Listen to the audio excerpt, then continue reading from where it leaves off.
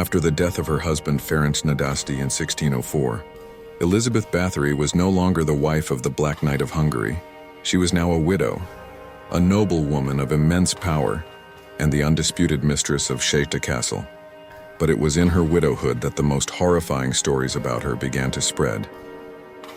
At first, they were only whispers, servants vanishing, peasant girls never returning from service at the castle, rumors of screams that echoed through the halls at night. Yet these whispers grew louder until they became legends of unspeakable cruelty. The blood rituals. According to tales, Elizabeth developed a terrifying obsession with youth and beauty. She was known as a woman who took great pride in her appearance, and in an age when noble women relied on powders, perfumes, and remedies to keep their looks, Elizabeth supposedly sought something far darker.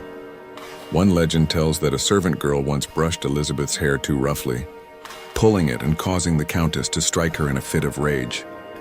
The blow drew blood from the girl's face, and when some of the blood touched Elizabeth's skin, she believed it made her look more youthful. From that moment, she became obsessed with the idea that blood could preserve her beauty, and so began the rituals that earned her the name, the Blood Countess. Girls were lured to the castle under the promise of work or education.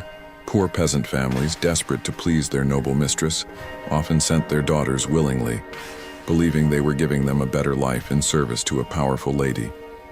But inside the walls of Szejta Castle, those girls met a different fate. Witnesses later claimed Elizabeth, with the help of a circle of loyal servants, subjected the girls to unimaginable torture. Victims were beaten until blood flowed, burned with hot irons, cut with knives, or left to freeze in the snow. Some were pricked with needles, while others were doused in freezing water and left outside to die. The most horrifying tales, however, describe Elizabeth bathing in the blood of virgins, believing it would keep her young forever. Though historians debate whether this truly happened or if it was exaggerated by her enemies, the legend became so powerful that it defined her legacy for centuries. A fortress of terror. As the years passed, the number of victims grew. Some say hundreds of young women disappeared within the walls of her castle. Others place the number in the hundreds. 650 victims is the figure often whispered. Though it remains unproven, Elizabeth did not always act alone. She was assisted by several loyal followers, including Dorothea Sentes, Dorka, Ilona Jo, and Janos Uvari Fichko. These accomplices allegedly helped lure, punish, and dispose of the bodies. Together, they created an atmosphere of absolute terror. The peasants in the surrounding villages began to fear the very sight of the castle.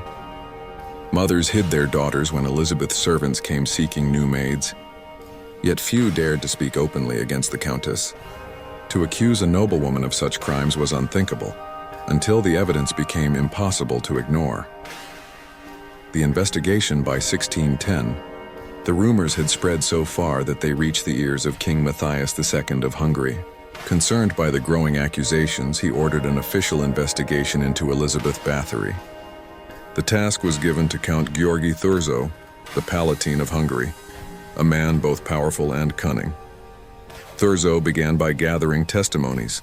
Over 300 witnesses were interviewed, ranging from peasants to nobles, servants to priests. Their accounts painted a horrifying picture. Tales of missing girls, of mutilated bodies, of screams echoing through the night.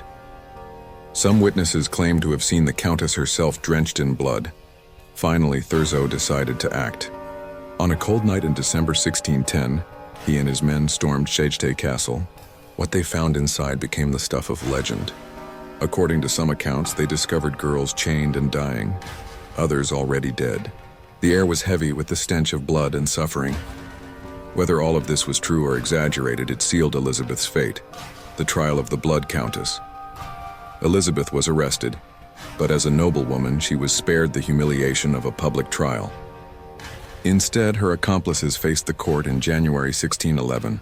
Dorothea Sentes and Ilona Jo were executed by burning, their bodies destroyed as punishment for their roles in the atrocities. Janos Uvari, the male servant, was beheaded before his body was cast into the flames. Their confessions, extracted under torture, implicated Elizabeth as the mastermind of all the horrors. Elizabeth herself, however, never stood before the court. Her family's power protected her from the full wrath of the law.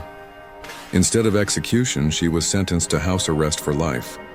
But this was no ordinary imprisonment. She was confined within a chamber of her own castle, the windows bricked up so that no one could see in or out. She lived in darkness, surrounded only by the walls of stone that had once been her kingdom of terror. For 4 years, Elizabeth Bathory remained in her bricked-up room, isolated from the world.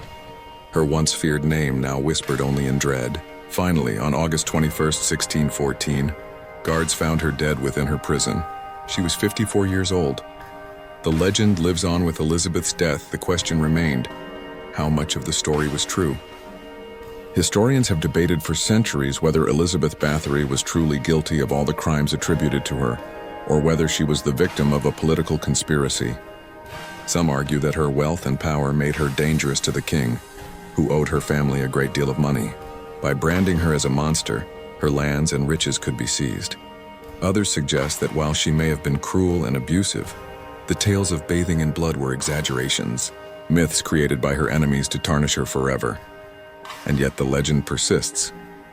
Elizabeth Bathory has become immortal, not through beauty or noble deeds, but through horror. She is remembered as one of history's first female serial killers, a vampire countess whose thirst for blood inspired stories for centuries to come. Writers and poets transformed her tale into Gothic fiction. She became a figure of inspiration for Dracula myths, horror novels, and films. In modern culture, she is depicted as a vampire queen, a woman who sacrificed the lives of others to preserve her youth. But behind the myth, the shadow of reality remains. A powerful noblewoman, feared by her people, accused of unspeakable cruelty, and remembered forever as the Blood Countess. In the halls of her castle, the screams of the innocent once echoed. In the silence of her prison, she died alone. Whether monster or victim of a darker scheme, Elizabeth Bathory's name is carved into history in blood. The world will always remember her not as a noblewoman, not as a widow, but as a legend of horror, the Blood Countess.